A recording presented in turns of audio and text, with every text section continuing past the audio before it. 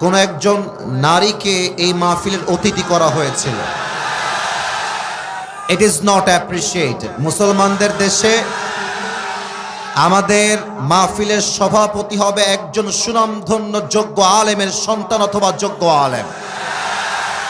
কোন নারীকে আমরা ডিসরেসপেক্ট করছি ব্যাপারটা এমন নয়, তবে আমাদের মাথায় রাখতে হবে এটা এমন একটা তাফসীর মাহফিল, যেই মাহফিলে নারীরা মঞ্চে উঠে গেলে তাফসীর মাহফিলের সৌন্দর্য নষ্ট হবে। দিনাজপুরের ভাইরা, আমি কোন কমিটিকে ডিসরেসপেক্ট দিয়ে কথা বলছি না। হয়তো একটা মিসআন্ডারস্ট্যান্ডিং হয়ে গেছে, একটা বোঝাবুঝির ভুল হয়ে গেছে, এবং যেই নারী এসেছিলেন তাকেও আমি বলবো, আম্মা জান, আপনাকে এই স্টেজে মানায় না, আপনাকে পর্দার সহিত আপনার ঘরেই আপনাকে সবচেয়ে বেশি মানায়। আম্মা জান, যিনি এসেছিলেন তাকেও আল্লাহ নেক হায়াত দান করুক। পড়েন সবাই আমিন। আমরা